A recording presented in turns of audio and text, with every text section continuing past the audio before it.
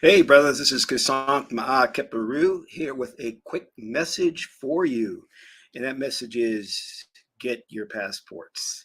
I just got my passport renewed. I've already had a passport for like ages, but it expired, so I had to get a renewed one. And I kind of wanted to travel out of the country really soon, so I paid for Express, which is like really expensive.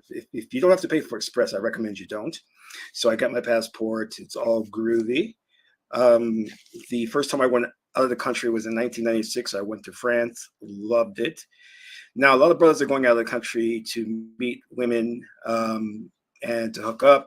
But I also advise it's really good just to get a different perspective on the world because when I went to France, I realized that people saw us differently, and specifically nudity wasn't a big issue in Europe. The French had no problem with nudity, whereas we in the United States do. Because I was watching a French commercial and they had nudity in the commercial. I was shocked. I also found it really interesting that I couldn't get cinnamon. They didn't know what cinnamon was, but I digress. But brothers, there are women overseas who are looking for mates. So if you're interested, I've had very positive experiences. There are Afro-Cuban, Afro-Brazilian, Afro-Colombian. Go out there. You can go to DR. My brother went to Puerto Rico. There's a vast world out there. So go out there and see what it's like to not have women caught up in this radical form of feminism, which is polluting a lot of minds. Not all women here are affected by it, but it's really, really getting a little out of hand here. But get your passport. The other thing I got was, this is interesting. I never got this before, but I kind of ordered the passport ID. So it came like that, and it gives you a little holder. And this is cool as a secondary form of ID. I don't think it replaces your passport. It says passport card, but I don't think it actually replaces your passport. But it can be used as a second form of ID. It's great. So if you can, this costs a little extra depending on the state that you're in. So check on that. If I was in when I was in New York, you could get your passport done in one day as long as you waited online outside of, I believe it was Madison Square Garden. But now it's taking a lot longer because of the pandemic, what happened.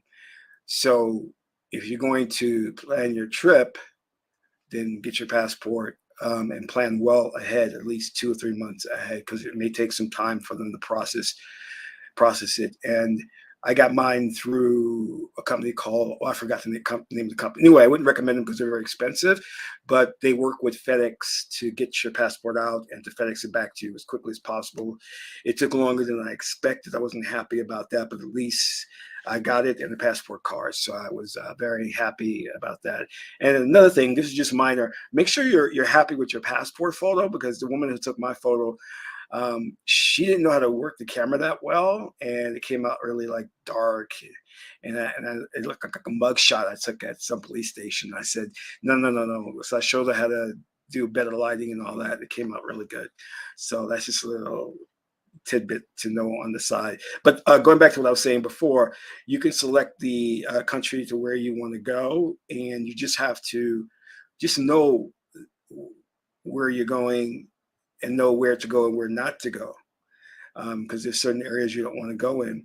So it's important to hook up with other people if you can. There are a lot of communities online, I found out, that you can travel as part of a group of brothers, or you can have a wing or a buddy. But if you can go with somebody, that's really the best way.